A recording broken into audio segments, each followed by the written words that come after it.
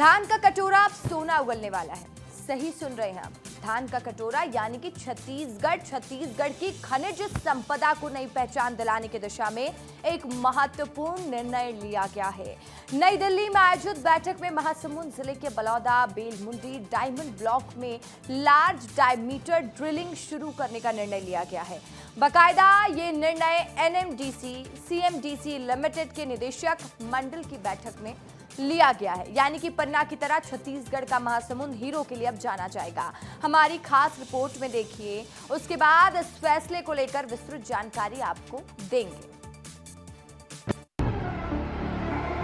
मेरे देश की धरती सोना उगले उगले हीरे मोती, ये गाना तो आपने जरूर सुना होगा।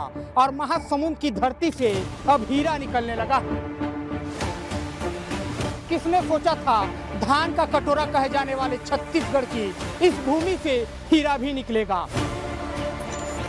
ये महासमुंद जिले के सरायपाली क्षेत्र का पैकिन गांव है। जो पैकिन गांव है, इसी भूमि से जहां मैं खड़ा हूं, इसी खेत से 5 हीरे निकले हैं। ये जो व्हाइट मिट्टी दिख रही है, जब इस जमीन पर इस भूमि को जब 500 मीटर गहरा किया गया था हीरे निकालने के लिए, तो अंदर से ये सफेद मिट्टी जो चूना की तरह दिख रहा है, यही निकला था। जब आप ज्यादा गहराई में खुदाई करेंगे तो ये चूना निकलता है। यही सबूत है कि इसी जमीन पर जो है खुदाई किया गया था और 5 नग हीरे मिले हैं। गर्मी में 3-4 महीने के पहले हमारे पास आए थे और यहाँ पर बताए थे कि आपके खेत में हम लोग परमिशन चाहते हैं, आपका परमिशन होगा तो हम लोग यहाँ पर खुदाई करेंगे। हमारे यहाँ का जो साइंटिस्ट हैं वो बोल रहे थे कि हमारे ये 99% परफेक्ट चांस है कि आपके खेत में हीरा निकलेगा। बहुत खुशी की बात है, हमारे गांव में जो मिला है हीरा, अच्छा लग रहा है। धान वान खेती करते थे, अब उसी में हीरा निकल रहा है तो अच्छी बात है।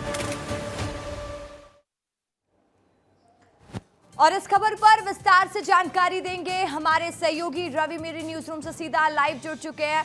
रवि, देखिए, छत्तीसगढ़ के लिए बहुत बड़ी खबर है, गौरवान्वित कर देने वाली बात है। अभी तक जब हीरे के कारोबार का, हीरे की खदान का जिक्र होता था तो मध्य प्रदेश के पन्ना का जिक्र होता था।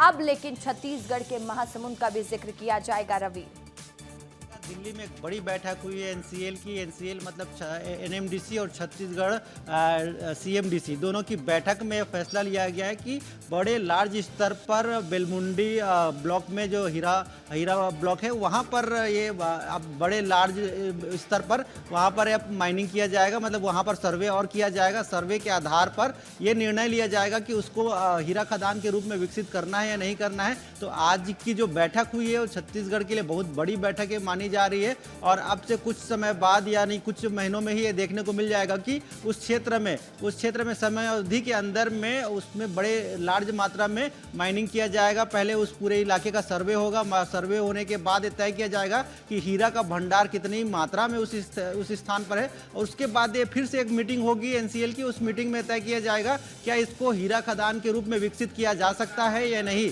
तो इसको ध्यान में रखते हुए एक बड़ी बैठक आज रखी गई है और इस बैठक में यह तय हो गया है कि अब छत्तीसगढ़ में हीरा खदान को लेकर, जो प्रस्तावित हीरा खदान को लेकर सरकार बहुत आगे बढ़ती जा रही है। और इसमें एनएमडीसी और छत्तीसगढ़ सीएमडीसी दोनों की हिस्सेदारी भी तय कर दी गई है। एनएमडीसी को 51% और सीएमडीसी को 49% की हिस्सेदारी रहेगी इस पूरे खनन में। रसिका, ये छत्तीसगढ़ के लिए बहुत बड़ी बात है। छत्तीसगढ़ का राजस्व इससे बढ़ेगा और छत्तीसगढ़ के लोगों के लिए भी बहुत बड़ी बात है, क्योंकि अब तक कोयला और आयरन ओर के माइनिंग के लिए छत्तीसगढ़ को जाना जाता था। अब हीरे के माइनिंग के लिए भी छत्तीसगढ़ को जाना जाएगा।